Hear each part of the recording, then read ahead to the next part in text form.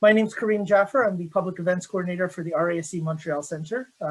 Before I start up with the slides and land acknowledgement and everything, I just want to mention to you a few of the people that are here today.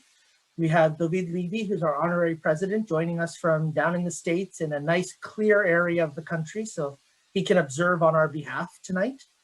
We have Maury Portnoff, who's our vice president at the local center, Paul Simard, who's our president of the local center. We have Bettina Forget, who's our guest speaker tonight, who I will introduce fully in a little while. Jessica is our John Abbott College Space Club new president, the incoming president for 2021-2022. And then we have several other of our board members, David Schumann and Santiago Lopez are here with us. We have the chair of the Next Gen Committee from National, Emily LaFlèche, with us, but her video is not on at the moment.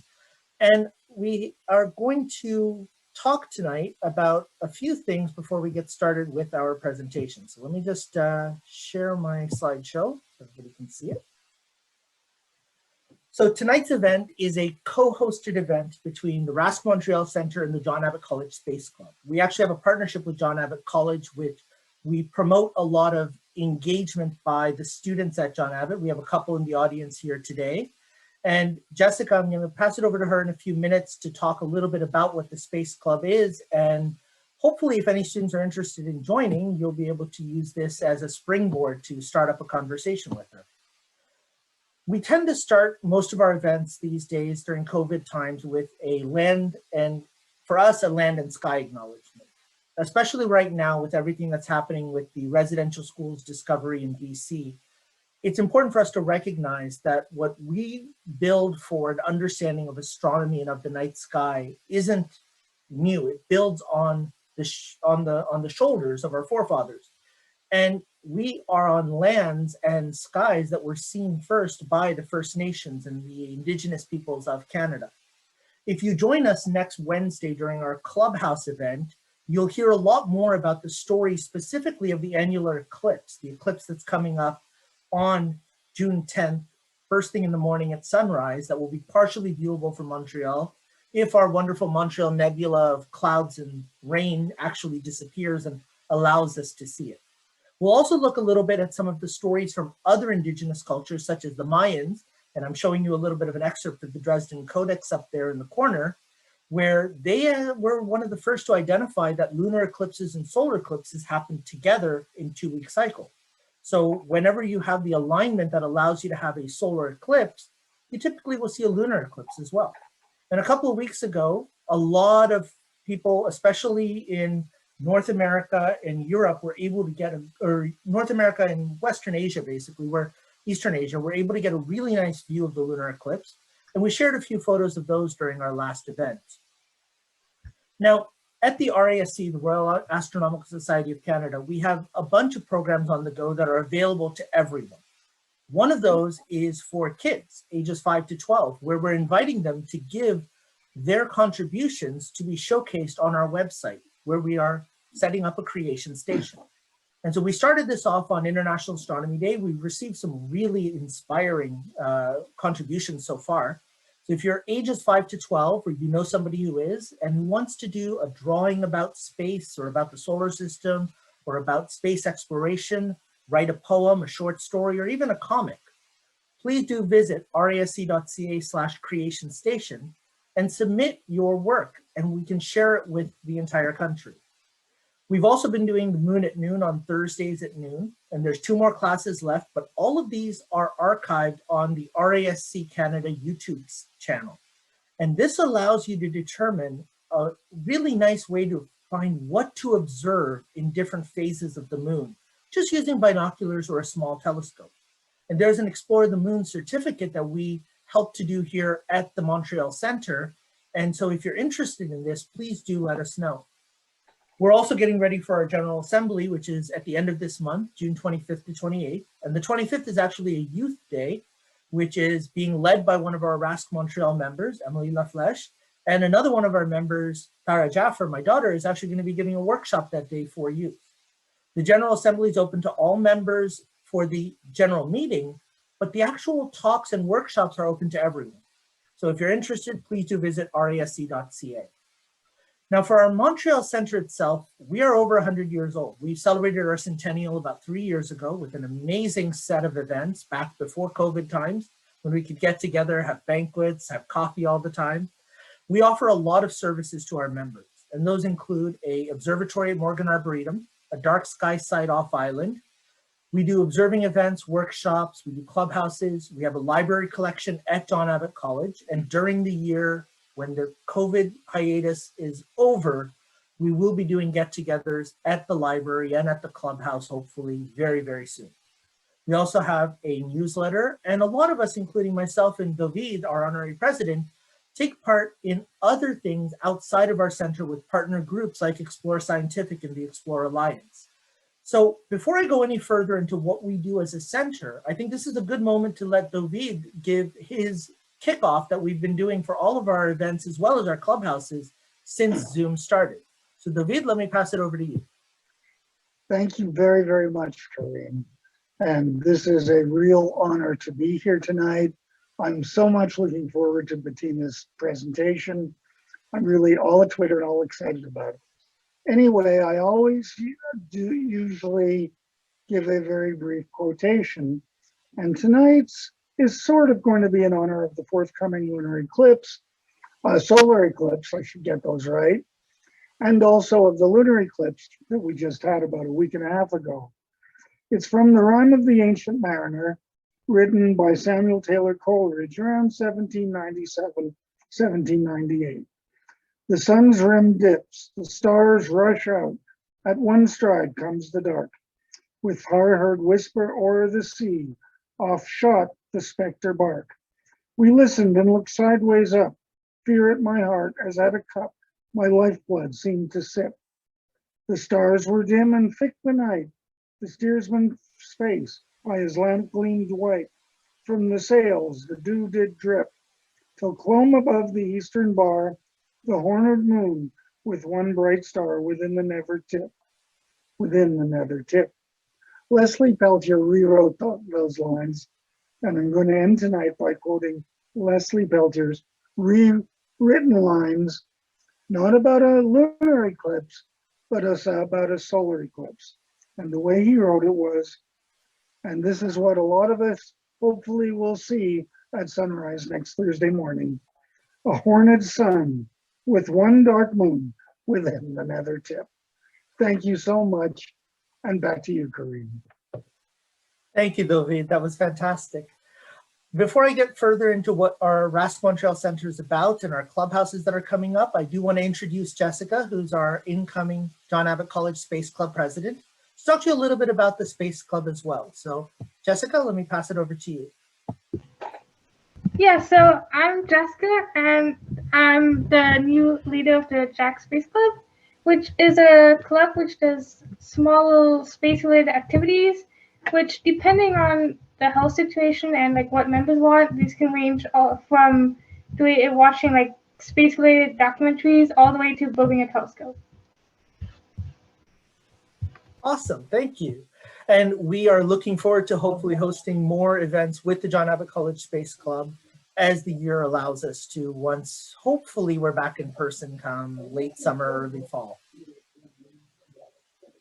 So let me go back to the slides and we will go over a little bit of some of the things that we're offering to not just members, but to the public as well. So as I mentioned, we do get together for clubhouses here on Zoom since COVID began. We've been actually getting together twice a week ever since March of 2020 by Zoom for clubhouses where we can share our interest in astronomy, some of the things that we've seen or some of the astrophotos that we've taken, or some of the things that are in the news about space that we want to discuss together. Lately, we've been doing Wednesday presentations about every other Wednesday on some specific topic. Just this past Wednesday, we had a fantastic talk by one of our members from the United Kingdom who talked about Burr Castle and the Leviathan telescope in Ireland. This coming Wednesday, we have a special clubhouse dedicated completely to the solar eclipse. You're going to hear a little bit more about the indigenous stories of the solar eclipse, and we're going to view a documentary made by Paul, David, and Alex from our board for the 2017 totality that they were able to watch in the United States during that eclipse in August 2017. The following Wednesday, we have a talk on astronomy gadgetry by one of our members, Carl Petrick, who's our Director of Special Projects. And our members liaison is giving the talk on June 30th on the July night sky. Now you'll notice if you go to our calendar, rascmontreal.org/moon/our calendar, you'll notice that right now, our Saturday clubhouses are not on the calendar. That's because we're still hoping for this softening of regulations to allow us to start doing actual observing outings. And if we are, we don't want to jinx it by putting lots and lots of Zooms up on our calendar and all of a sudden realizing that, no, we can get together in person. So keep an eye on the calendar. If a clubhouse will happen on a Saturday, it'll be put into the calendar directly, or you can always email us. Now, our memberships are very affordable. For one individual, it's $97. For a family, it's $91.50 for the first member, and then a discounted rate for every adult and youth in that family. And if a youth member wants to join as a member, but with the acknowledgement that they're a student at the moment, so we want to give them an easier time, it's $55.25 for the year. And that gets you not just this access to clubhouses and the actual equipment and observatories and dark sky sites that we use, but it also gets you a few other things like the Skyward newsletter, Sky News from the RASC Center, an observer's handbook, and you get a chance to hear about a lot of really interesting events as they're going. And so the current event that we're all talking about is the solar eclipse. And the solar eclipse is happening Thursday morning, and we've managed to get a hold of some eclipse viewers for our members. So we sent out a members email on how you can pick up your solar eclipse viewer tomorrow. If you're a member and you did not get the email, please let me know in the chat and I will connect with you to make sure that you know how you can pick it up. Sunglasses are not enough to view a solar eclipse of any type, except for the very moment of totality for a complete total solar eclipse. There just so happens to be one that will pass through Montreal in April 2024, knock on wood, and we will have totality in many areas of the Montreal Island on that day. That's the only moment where it's safe to look at a solar eclipse. And any other moment, you have to have some sort of a protection. So we're hoping to be able to share with you images we can take of the annular solar eclipse. But one of our partners, Discover the Universe, has set up a challenge where you can create your own pinhole projectors to see the eclipse safely by projecting the eclipse through pinhole designs onto the ground or onto a blanket or a screen that you set up. So we invite you to go to the Discover the Universe website or to watch their short video invitation to learn more about the upcoming annular solar eclipse.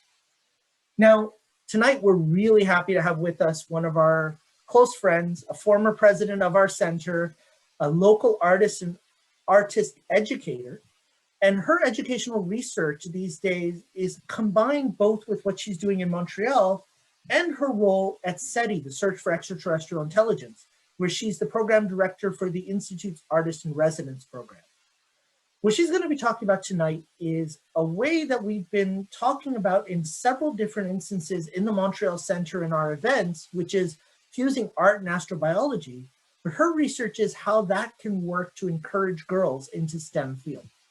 So without further ado, I'm going to turn it over to Bettina, and I'll invite her to unmute and I'll spotlight her and let's get started. All right, I am unmuted.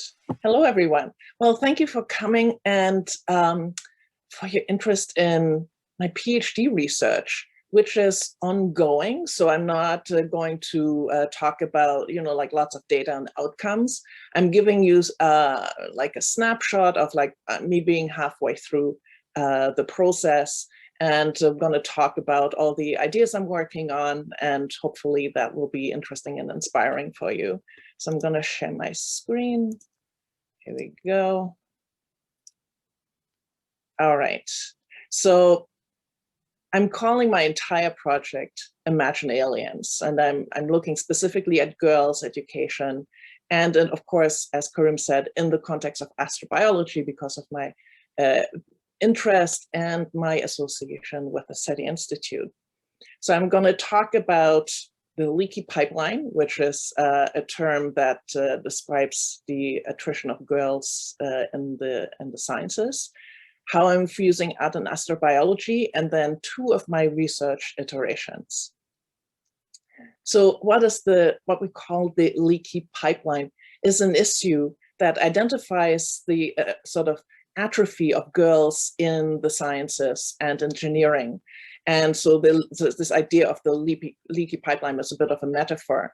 And when girls go to school, until they sort of hit their teenage years, they love science. Everything is cool. They love bugs and they love math and everything.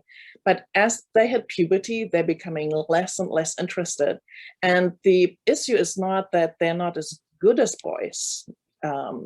There have been studies that actually show that girls and boys perform equally well in tests in the sciences. The issue is really more a perception of gender. So what happens is that girls tend to self-select more toward the arts and the humanities, and the guys tend to self-select more into sort of natural sciences and engineering. And this was an interesting graph that I came across as I'm doing a PhD, doing a lot of like research and lit reviews. So this was an interesting graph. This one is from 2008. Actually, I realized there's a much more recent one, but the proportions are the same. Unfortunately, very few women and girls are going into the sciences. So what can we do about it? Well, here is why it matters. We live in a world that is very much shaped by science and engineering. If you're thinking about electronics, how software is written, how cars are designed. For example, seatbelts are designed for male bodies, not for female bodies. There's a whole study that the current seatbelt design actually may cause 80% of all miscarriages that are not natural miscarriages if you have an accident.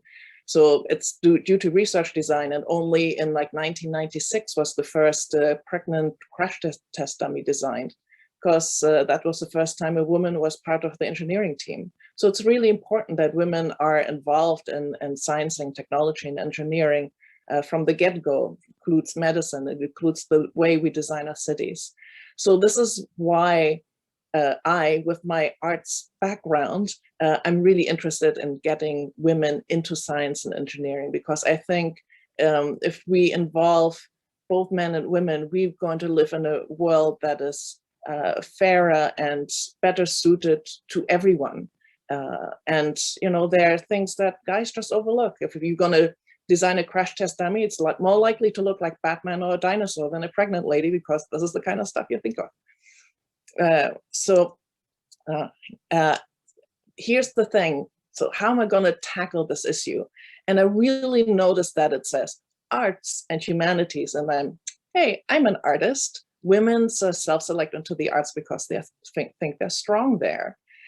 And I also did a lot of research on how girls like to learn. And it also shows that they really enjoy creativity and collaborative work, and work that is really centered on their lives and what is relevant to their work.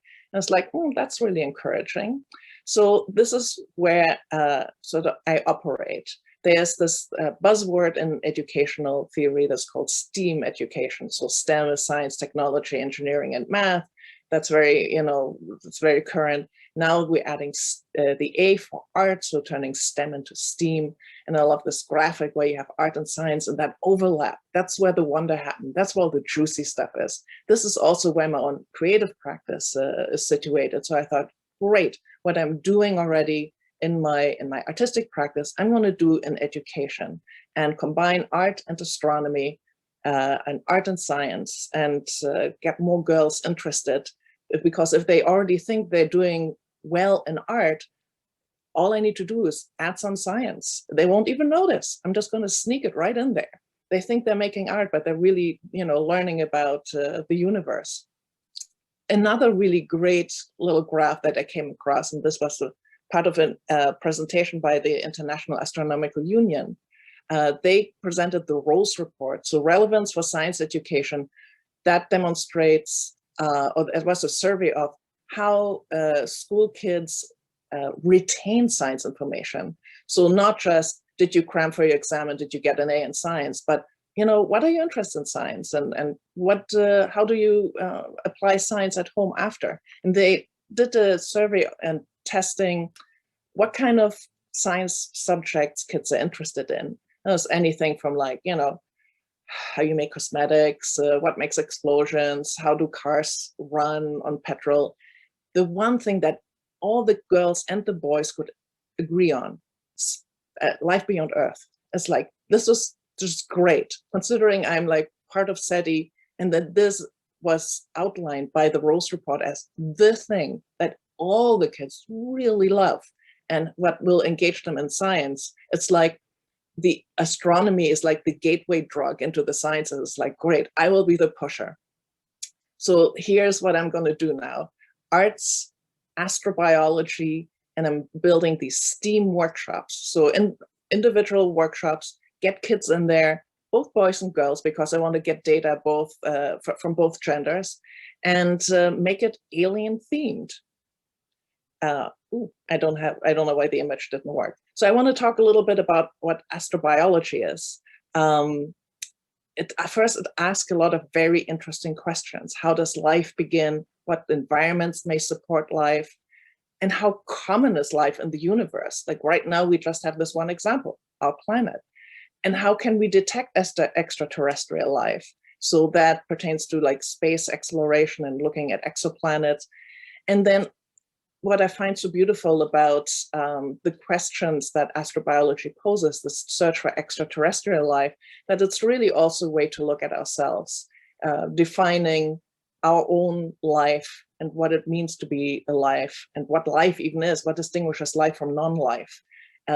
By finding it elsewhere, it'll help us to figure out what life is on this Earth and where we may be going. So this also addresses issues like climate change. And astrobiology is also interdisciplinary. So it has everything from astronomy to genetics, biology, planetary science. I'd even throw ecology in there, actually. So this is the official list from the SETI Institute, and this is what us researchers are interested in. So, like I mentioned, like Kareem mentioned, I'm working with the SETI Institute. So this is the Allen Telescope Array in Hat Creek in Northern California. This is how SETI started, looking for or listening for techno-signals, possibly from another world. But the Carl Sagan Center is also now very, very active in astrobiology. So all those disciplines that I mentioned, it's like a major research department.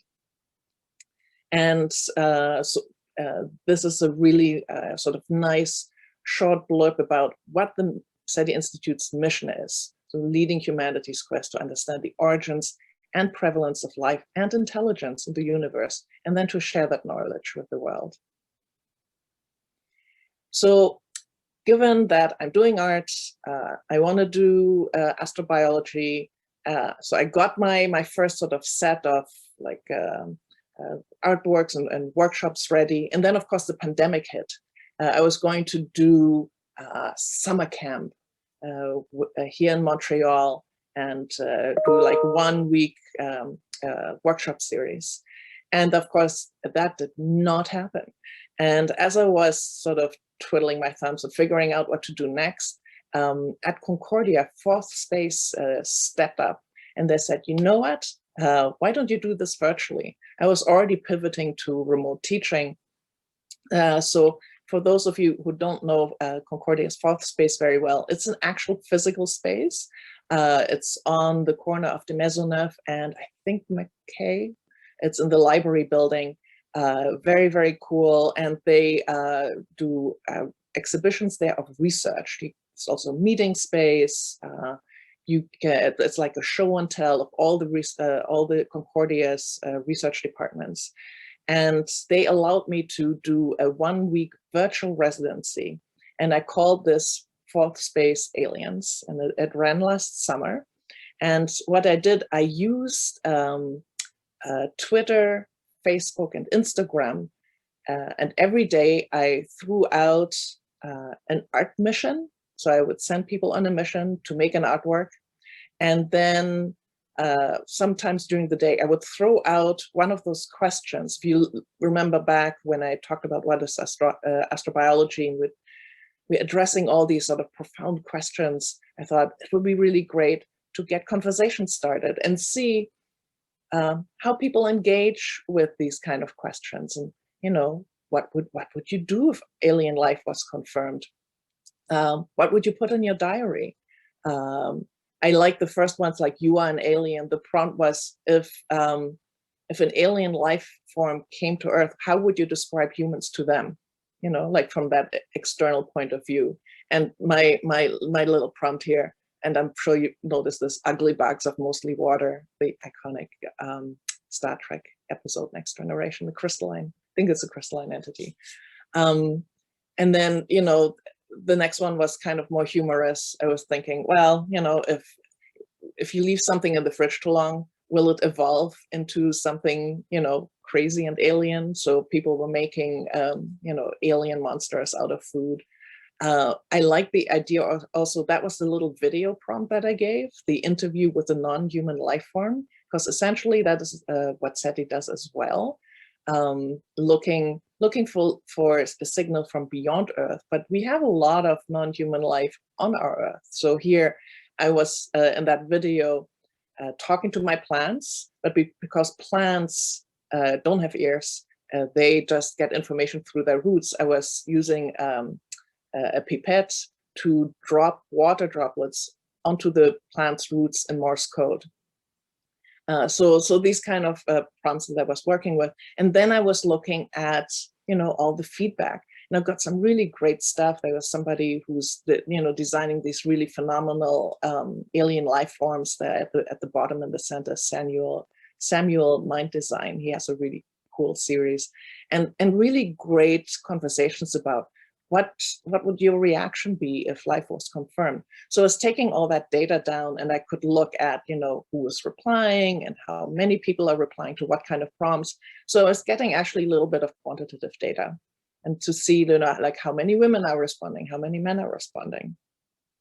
And I also gave an online workshop called Draw an Alien, Discovering Extremophiles. So extremophiles are all these life forms on Earth that you could think would be aliens. So life forms that live in those deep water, these volcanic vents in the deep in the ocean, where the water is basically boiling.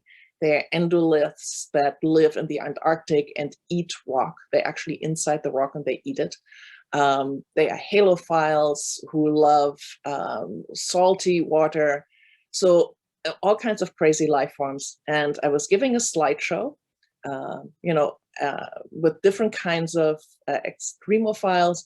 And I would ask people sort of to draw them and go. I was sort of cycling through all kinds of these kind of earthly aliens and talk about what they are, where they live. And my idea was that, this is something I found out during my MA research, that drawing is a really great practice to help observe, both in art and in science. And when you draw something, you understand and remember it better. And then after the drawing would be finished, I would ask the participants to make kind of like a hybrid Frankenstein version of that extremophile, and then go into Google Translate and give it a Latin name. So this one I called Chester, and then I got a really fun sort of actual Latin name. So I invented my own extremophile. And then I have a couple of screenshots, so people were holding up their drawings of the extremophiles that they had invented. So my first iteration, I found that there are a bunch of things that were great. There was great engagement with the question. A lot of women and girls were responding to it. And I felt that the online teaching went well. This was last year. So now I'm really used to teaching on Zoom. But at the time, I felt that I needed to practice that a little bit. And I had some really fun contributions to the prompts. But then I felt that there are a lot of stuff that wasn't working well for me. So I felt that all the prompts were kind of disjointed. There was like no running thread. And I noticed, and you know, have a look at these, all the extremophiles look really similar. It was called Imagine Aliens, but everybody was doing the same stuff, mostly because I think I was leading it too much. Also, I couldn't tell if people were really learning any science. It wasn't really student-centered. So I was like, oh, damn, like, I don't think this is the right approach. And I'm in my methodology for my PhD, it's called design-based research, where you do several iterations. So you do an iteration, you look at what works, you look at what doesn't work, you jettison everything that is junk, and then you start over. So as I was thinking about, damn, what am I going to do next? I don't want to write about this data for a year. This is just awful. I attended a STEAM conference online from the Nevada Museum of Art, and they had really cool people there from NASA, from JPL, and from like Hollywood. And so it was very inspiring. And then I realized that I need to include more stories.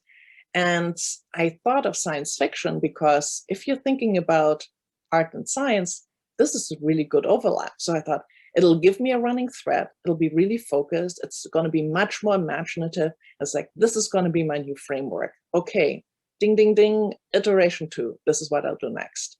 So this here, we're going back to that graph. We have science, we have art, which is now fiction writing, because arts doesn't have to be just painting. It can also be writing, it can be music, and it can be interpretive dance. But what I really like about science fiction is that, well, there are a lot of definitions of what sci-fi is, but I like that it's a story that couldn't exist if the science wasn't there. So another thing that I really enjoy about science fiction, because I started reading up about it, is this idea that the background is the foreground. And what is meant by that is that as you are describing the planet or the spaceship or the terrain where you are, it becomes an active participant in the story. It may drive the story. If you think of, like Weir's Martian, just the parameters that there's no food, there's no water, how's he going to live? He's going to science his way out of it. This is all driven by his environment, his Martian environment. So that Martian environment becomes an actor. And in this way, because the students will really have to understand what the background is to be able to write the story, it's a really nice balance between art and science. So this is what I want to do for my second iteration. So I'm going to have writing teams. Remember, girls really love to work collaboratively. It's going to still called Imagine Aliens, and we're going to write sci-fi short stories and do some concept art. So this is where I'm at right now. This is what I'm designing. I'm really interested by creative prompts. So because how am I going to tell people what sci-fi stories to write? So a really great way is maybe to give them like little prompts and say like, yeah, maybe it's this kind of story, it's that kind of background. I'm inspired by something called oblique strategies. If you know Brian Eno, the musician, and Peter Schmidt, they developed this card deck that if you're a creative person and you're stuck on a project, you pull out a random card and then it'll say something, make a sudden destructive, unpredictable action, or do something in reverse, or take a break and walk around. So these are really great prompts. I love Yoko Ono and her book Grapefruit that has these really poetic and strange instructions for small creative tasks. Some are impossible to do, others you can actually do. And then there's something called Task Party, which is done by an art educator called Oliver Herring. And he goes into museums or into schools and he puts a box with like instructions, and then people will have to do them, interpret them, and make art objects. So there's precedent for this idea of having creative prompts to sort of inspire people to create artworks, and that is both in fine arts, in music, and in writing. And of course, I really started reading up about science fiction itself. And if you're interested in sci-fi, not just reading sci-fi, but reading about sci-fi, how it is constructed, archetypes, what's the difference between speculative fiction and hard sci-fi and soft sci-fi and fantasy. Like these are really cool books to read. I absolutely enjoyed them, and I recommend them. Anatomy of Science Fiction by Mark Rose, Alien Encounters is a really good one. So based with all this knowledge, I thought, okay, this is what I'll do. Prompt 1, we'll decide on what kind of planet we're going to explore. So is it going to be a lava world? Is it going to be a moon, maybe like a Europa orbiting a gas giant? Is it tidally locked? Is it in an eccentric orbit? So when it swings around the sun, you know, like all the oceans are going to boil because it's so super hot. So again, the background is the foreground. So the way the planet behaves, whether it has an atmosphere or not, whether it has a magnetosphere, all that is a really important prompt that will sort of set the stage. So prompt 1 is planet. Prompt 2 is the terrain. So whereas prompt 1, you kind of, you know, like an astronaut, you're in orbit, sort of you're looking at the planet from far away. Now imagine you've landed there. What does the place look like? So if you are on an ice planet, or here you're kind of on a terrestrial planet, but maybe, you know, it has very little gravity, so mushrooms go really big. So now that you have to do like your first parameters, you can imagine that the terrain that you're on, and you're world building right now. And I think this is what people really love about sci-fi as well, that you can just imagine anything. There'd be cities in the sky and floating rocks, and you know, maybe it's an ice world, maybe everything happens underwater. So this is very imaginative, but always tied back to the science because of that first prompt. And then the last prompt is the story itself. So I can say, well, maybe your story prompt is your worst day, or your story prompt is dangerous encounter. And so that is like the creative side of it. That'll get everybody going. So those are my 3 prompts. Now that I'm sort of working out how the prompts work, I realized that not every terrain prompt can work with every planet prompt. So there's like a logical progression. And this is really where the science comes in for me, prepping for this, because the relationship between a star, what kind of star you have, the orbit, and the object, like that planet, or maybe it's an asteroid, or it's a moon around a planet, that relationship will really depend what kind of planet type you have. And that determines what kind of terrain you have, and that determines what kind of life you can find there. And it's called Imagine Aliens. So really, once you're on that terrain, what kind of life are you going to find? So imagine you're on a lava world. You know, it's really hot there, it's really dry. So now we can introduce maybe the idea of extremophiles. Maybe it's an endolith that is chewing its way through some hot rock. You know, or thermophiles that really love it when it's super hot, and they'll maybe living near a shield volcano like the ones that you find on Venus. Or if it's an ocean world, well, you know, the action can take place on a reef, or deep in an ocean trench, or near a volcanic vent, and you have all kinds of this whole more of a spectrum of possible life forms that can possibly exist there. And then I'm looking at it a little bit like an equation. So you have all the science bits on one side, but also on the other side, you have all the art bits. So to build a story, you need, you know, what is the action? What is the actor? What is the research question? Like that, you know, if you look, thinking back again at what astrobiology is about, like, what are you asking? Is there life? What is the origin of life? There's also a question like, we don't actually have a good definition what life is. Some people, you know, say it's evolution, others say it's like a sort of diminishing entropy. There are lots of different definitions. What is the pace of your story? You know, if you're thinking of Kurt Vonnegut and his story shapes. So there are these both sides of the equation. So your definition from the science side, what life looks like, and then from the other side, what the story looks like, that's where the sci-fi happens. That's where the real art happens. And that's where all the learning will take place. So this is basically what I'm puzzling with right now. Again, I'm doing a lot of research. If you are interested in exoplanets and possible life, maybe, if that could develop there, 2 really good reads. Elizabeth Tasker's Planet Factory is really the best one. I've read a ton of them. What she does is she will describe a planet like well, we have an ice world here, or we have a diamond planet. You know, diamond planets are actually really ubiquitous because so many planets, because carbon is such a common element in the universe. So if you have a planet that is made out of carbon and it's orbiting a giant star and there's a lot of gravity, well, that'll get crushed down, and you're going to have a whole like crust of diamonds that it's probably just underneath, you know, like a layer of carbon. But if you thought that diamonds were rare, well, quite the opposite. A whole planet's full of them. So she describes what these planets are, but also the kind of relationships between what the planet's orbit is, how eccentric that orbit is, the mass of the planet, the mass of the star, and all these relationships. So you really get a good sense of how we know what different exoplanets are made of and also how they come to be.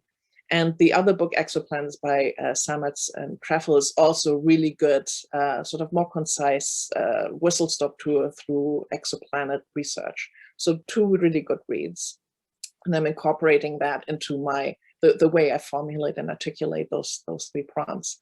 So here's an example. So I would give my students like, here's your planet prompt. Let's say it's an ocean world that is twice the size of Earth.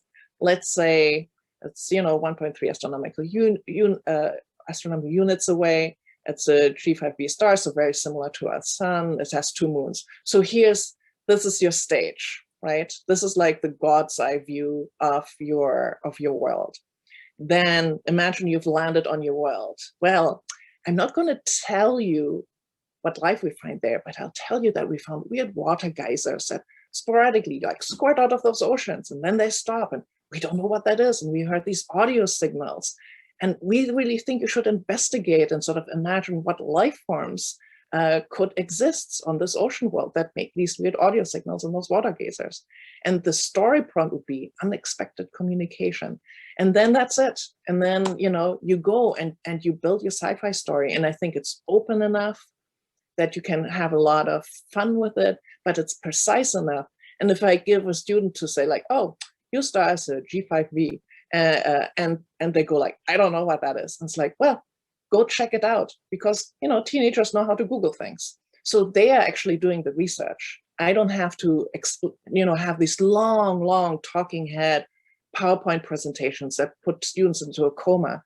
Rather, I'm giving them prompts and they are doing all the research. So it would go like, we'd have a collaborative writing session. So I actually did a prototype. Gave myself that prompt. And I'm actually working with some colleagues at the SETI Institute. So we're doing writing exercises that are really fun. And so this is just like this little story about, oh, there's this young researcher, and she's in a spaceship and she's been sent to investigate this ocean world. And she's describing it, and then she's just seeing things happen there. And then, of course, then there's the concept art. So as you're describing your worlds, and what you find there, so I imagine maybe you find these big exo whales, giant whales that are huge and they're talking to each other.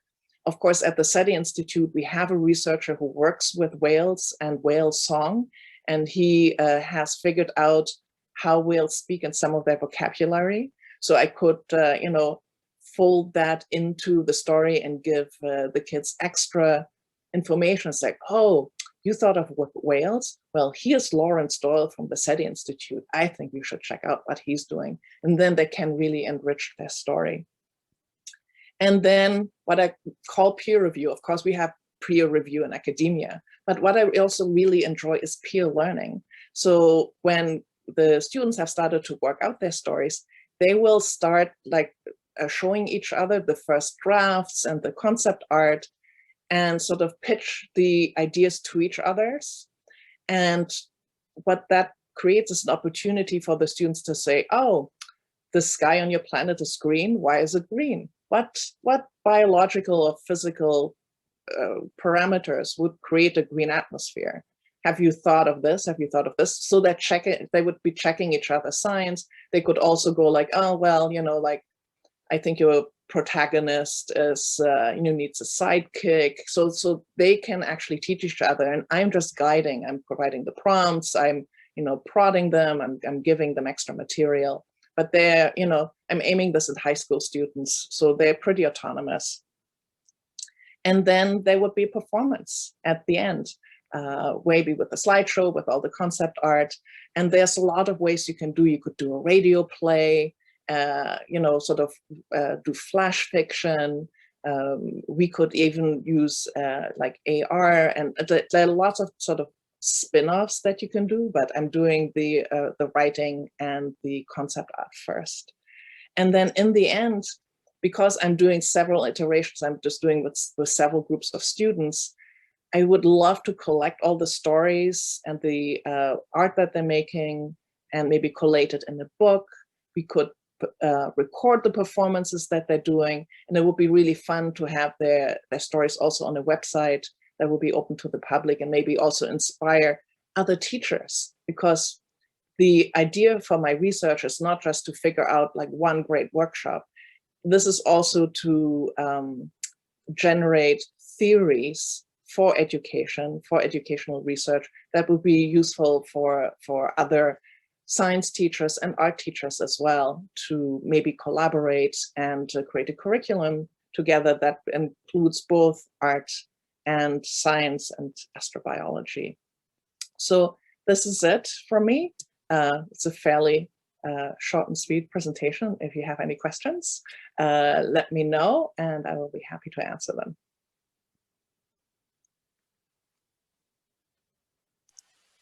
Thank you so much, Bettina. That was fantastic. That was really inspiring, and lots of applause and hearts and stuff coming up in the reactions as you were going through it. Emily has a question for you, so I'm going to pass it over to her. Okay. Actually, I think she answered it towards the end. I was originally asking if you were going to compile an anthology of all the short stories at the end, but yeah, so I love that idea. I would love to get involved in any way possible if you're looking for volunteers. I am absolutely looking for volunteers, so that would be great. And especially with your background, I'm doing actually a whole cluster of sort of internal iterations. So I'm running this workshop design past my colleagues at SETI to make sure that all the science is solid. I'm running it past a lot of colleagues who are in the arts, and I have a lot of friends who are science fiction writers. So run it past them to make sure that all the story prompts are fun and will generate a lot of interest and interesting short stories. And then I want to do iterations with, people like you who are already, you know a lot about astronomy, but I want to make sure that it's actually like, once the set is finished, that it's fun to do. And then I'm going to go out into the big wide world and sort of, let school kids add it, and also get the teachers involved and train them in how to use these story prompts. Yeah, that sounds like a great idea. It's such a cool project idea because I think it can really incorporate sort of a lot of different topics that kids usually learn in school and show them how to do interdisciplinary work before that's even really a word that they're familiar with in terms of their career prospects. So yeah, great work. Thank you. And what is also fun about the story prompts is that you can make it really about the student. So when you're saying your worst day, you're already coming up with like 5 story ideas because you've had that worst day. And also when you're working in a group, like, like, oh my God, like that time, it's like I had that birthday party and it was just the worst birthday party. And so you can already sort of build a story around that. And it's not going to be your cliche, like, oh, I'm on a starship and I'm doing an away mission and the alien's going to eat me, because those are really like predictable and boring. So I want to like get a lot of different kind of stories going. Awesome. Okay, and thank you, Eileen. I just read your comment. Yeah. So anyone who wants to get involved, just email me, and I will absolutely be delighted to work with you and yeah, have you write stories and make up aliens. Do you find project with the groups that you've tried it with so far, do you find that there's any cultural differences in approach to stories when you give them the same prompt? Yes, absolutely. It's not just cultural. It is also, well, I'm using it now with a slightly older audience because I'm not out in schools yet with this because I'm in development. But even like the definitions of what is sci-fi, you know, like how much is it fantasy? What if there's a wizard in there? It's like, so the difference between fantasy and sci-fi, the way I explain it is fantasy has a lot of like pre-made characters. When I tell you vampire, dwarf, wizard, you already know what that looks like, what they can do. You know, vampires are only out at night. Like it's like an instant noodle, right? Add the water, story is there. In science fiction, if I tell you, or this is a globiglarp from Titan 15, you don't know what a globiglarp is. You don't know what Titan 15 looks like. Everything needs to be explained. There's a lot of exposition. There's a lot of world building, and there's a lot of imagination involved. So this is like cooking from scratch. You're making fresh pasta here, right? Like you have all the ingredients and you're making it your own. And this is what I'm looking for. So if you're gonna bring a dwarf, it'd better be like a really cool dwarf with like 15 heads, and you know, it's like lives underground, and so you know, like spice it up. Now, the world building aspect is really exciting. It really gets their imagination flowing, and it also allows them to connect with the context of the world that you're giving them as a prompt. Yes, and I think it allows me to get a lot of science content across without me doing exposition, without me doing the slideshows like, this is a diamond world, this is a lava world, this is, you know, like, this is a hot Jupiter, and, you know, why you can't live there. And so by just giving them, so like, oh, here's an ice planet. And those are the parameters. And do you think, oh, and this is this orbital period, and I think it looks eccentric. How would that influence your story? Or your planet is tidally locked. Look at the orbit. So I can, depending on what kind of group I have, I can even say, I just be more opaque and say like, here are the parameters, figure out what the orbit is and figure out if it's tidally locked, and then figure out where somebody could live, probably just in that little sliver near the terminator. And so would people be fighting for that little like livable sliver there? Like how would that drive your story? So this is why that world building is so so enriching for both the art and the science side, and then really making science fiction work for me here. Jessica has, sorry, go sorry. ahead. Yeah, Aline was asked. Well, she said that he said that they really liked the presentation and that they were interested, and they will want to know if you do it with the RASC as well. I can do it with the RASC. I think that would be really great. For me, for my research, eventually I will have to do it in a context that is more art, because my premise is I'm getting girls into science who think they are not sciencey, like who think they're not smart enough for science, who go into the arts because they feel like math is not for them. And so I'm bringing these you know, speculative fiction, imagine aliens things, life beyond Earth to them, saying like, oh, you're going to go and do a writing workshop, and you're going to do some painting and concept art, and then I'm sneaking in all those exoplanets, you know, and all those extremophiles. So by going to the RASC, what is great about that is that I'm going to get like quality feedback from you guys, and you're going to tell me if all the science works. But I'm also going to have to take it to a group of, you know, maybe people who normally do knitting or quilting or fiber arts or something else, and I'm bringing this to them, and then, you know, see how much science they learn and if this really works.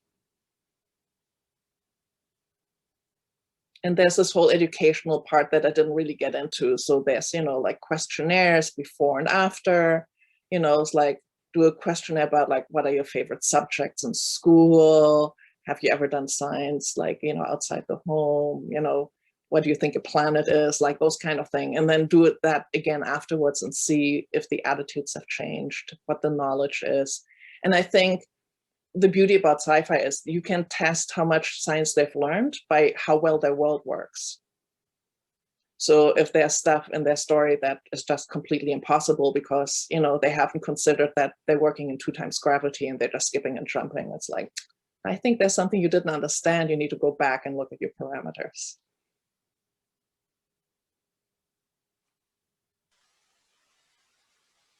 Definitely. Emily had something to add to that, which was really interesting. Oh yeah, I was just gonna say, my PI at Purdue, because I'm doing a PhD in the fall, and it's about like exoplanet habitability. She just published a paper about tidally locked exoplanets and how they could potentially be habitable. So that's relevant. I'll try to find it and then I can send it in the chat if anyone's interested. That'd be very cool. I think the very exciting thing about exoplanets, and what I learned, especially by reading Planet Factory, is that every planet that you can imagine is possible.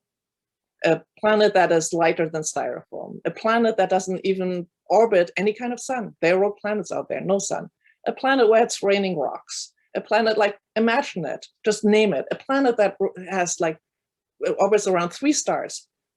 Exists. All of this exists. So you can be so imaginative. And I mean, if that is possible, imagine what kind of life forms are possible, you know? Maybe we have life forms that float in the clouds. Maybe your terrain isn't even actually an actual terrain. Maybe the whole story takes place in a cloud band, you know? Yeah, So, kind of like the Venus situation, yeah, or what might be the Venus situation. That's right. That's right. So this is why from an artistic point of view, it's really, really interesting because you have so much freedom. And I think that is the beauty of sci-fi, is that it gives you all that freedom to imagine anything. But then because it's science fiction, you're still tied down enough to some parameters. But I must say, in exoplanet research, I remember a couple of years ago when I was doing my residency at Montreal, also with IRAX, the Institute for Exoplanet Research, and I was attending a bunch of conferences on exoplanets. And I must say that a lot of those presentations involve modeling, and that modeling goes like, well, suppose this is true and this is true, and like these atmospheres exist, and you know, this is the wind speed. It's like, you guys make up a lot of stuff. There's a lot of imagination that takes place already in a very scientific presentation. It's like, well, given this and given that, it's like, okay, even if my students in the end don't like totally nail what the gravitational quotient is or whatever, even the scientists don't really know. So a best guess is still acceptable. Yeah. Wow, that really hurt. That really hurt. I fully Am I wrong though? Am I wrong? No. It's educated inference. It's not imagination. But the problem is, I think, that the imagination aspect of it is very poorly represented in scientific sort of presentations. They don't necessarily make it as creative or give it the, you know, imaginative sort of context that it deserves, because, and that would make it so much more accessible to people. You know, like they sort of focus on, well, given these numbers, this is the type of model you get, but contextualize those numbers, make it like a planet, to kind of build a world that you think could happen. You know, obviously there's a lot more to it than just drawing a random planet. There's clear data associated with it, but, you know, give it some type of creativity, because it might get some people involved and interested in it. Yeah, and this is why the SETI Institute's Artist in Residence program exists, just because of that, because our artists working really, really closely with the scientists, and they're basing everything that they're doing, every like musical piece, every like installation art, it looks really imaginative, but if you like look behind it, it's all grounded in actual data and conversations with real researchers. That's awesome. One of my favorite things that NASA's put together is this Exoplanet Tourist Bureau, where you can see different exoplanets and kind of the way in which they can visualize them artistically. So what you're saying about like, they don't always identify which part is the inferred imagination component and which part is the actual scientific observation. It really does get you some amazing visualizations for some of these exoplanets in terms of what life might be like there, where there's no night or there's no day, or there's multiple suns, or there's raining shards of diamonds. You know, some of these really do capture your imagination, but it is based on inference from what the parent star is, what the spectroscopy shows us of the atmosphere, etc. But a lot of it does get lost in translation. Mm. Yeah, I think there's kind of a spectrum. Like if you imagine like a funnel, like at the bottom, you're steering very, very close to the actual data. When you have a really good data set, you have a good idea of what you're looking at. You like triangulated your data. You've got like, you know, gravitational data, maybe you have direct observation. So you know pretty well. But then sort of when there's less data, you have to extrapolate more. Your guesses are becoming wider and wider. And once we're getting to like what life may live there, you're way out there, right? Like, well, I know that in some, you know, like some regions of the Antarctic, that there's this like thing that really likes the cold. Let's just imagine that lives on Europa. Like we have a general idea, but the imagination becomes a lot wider, right? So I think it's more like a spectrum, and you can't really say like this is modeling and this is imagination. I think there's like a, you know, it's a pretty flexible spectrum of where you are, but what's important is to acknowledge where you are in that spectrum, and not to say like, oh, like we know for sure that you know, there are halophiles on Europa. It's like you don't really know. Like you think it could exist, and when you're making the, like for the Discovery Channel, like this documentary, and you created this creature, like that creature does not exist. And even though it exists on the Discovery Channel and has a voiceover from Neil deGrasse Tyson, doesn't make it true. So it's important always to say like where you are in the imagination spectrum. One of the things I loved about Carl Sagan is he always made sure to put in that disclaimer throughout. He kept coming back to, if these things existed, this might be how they would behave. Yeah, yeah. And it's interesting and important to think about that, because it does expand our perspectives, and it makes us less, you know, anthropocentric, and it does give us a better view of also of ourselves, just to see what else could be out there. And always question, you know, it's not, aliens are not just green people with pointy ears. I mean, you know, like really to get away from that concept. But are they green people with pointy ears? You know, there are so many universes out there. Maybe they are. Maybe not. Jessica, do we have other questions from the chat? Yes. So Michael was asking about exoplanet architecture. So I guess like how aliens like build houses and stuff. Oh, you know, there is actually a field within architecture that is that. Maybe not exoplanet architecture, but like off-planet, off-Earth architecture. So architecture for lunar bases, for example.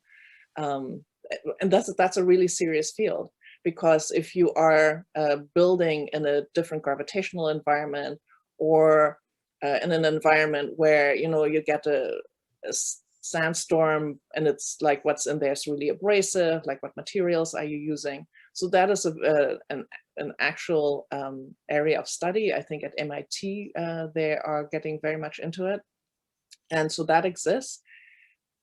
You could expand it to exoplanet. I mean, right now people are really, because we're looking to go to the moon and Mars, these are the environments that are actually being researched. But yeah, I don't know about exoplanets yet.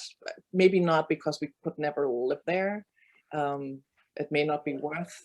I was also thinking of if you were an alien and your physiology and your body shape was different and your gravitational forces were different, if you could describe that being, how would they build shelters in response to who they are, you know, and how they look? I also was thinking of that as an extension of the actual alien. I love that. That is a really great, that is part of the world building, right? So you're describing the terrain, and the terrain does not need to be just like giant mushrooms or like underwater caves. Maybe those exo whales have built, you know, really big homes for themselves where they like to nap, or maybe they make art, or maybe, you know, that creature that lives in the clouds of the gas giant, do they have floating homes? So yes, you can absolutely build all those things. And I like that relationship between that habitat and what you need shelter for or shelter from? So all these questions come into play. We just have to look at the different creatures on Earth, like, you know, crabs underwater, and you know, how they build their environments and shelter. So that's it's really fascinating. In fact, there's even creatures on Earth that actually do art themselves. Yeah. So. Yeah, those birds, right, that make these outrageous nests. Yeah, but there's also a crab that actually creates artwork on the bottom of the ocean or something like that. I freaked out when I saw that the first time. Yeah. Yeah, that was really impressive. And actually, the SETI Institute is going to have a new research division. Actually, it kind of exists already, but we're just going to make it official. That really looks at intelligence and the development of intelligence and what we see and identify as intelligence. Like I mentioned Lawrence Doyle's work with dolphins, and he looked even at communication systems between species like plants and insects, for example. So there's a lot of fascinating research that already exists in that field. That is very cool. Thank you. This has been fantastic. I'm going to turn it over to Paul for some closing remarks before we open up to a general discussion. Paul? Yes, so I'd like to thank everybody who came to join in and listen to Bettina's wonderful talk. And I would like, on behalf of the Montreal Center, to thank Bettina for this wonderful talk.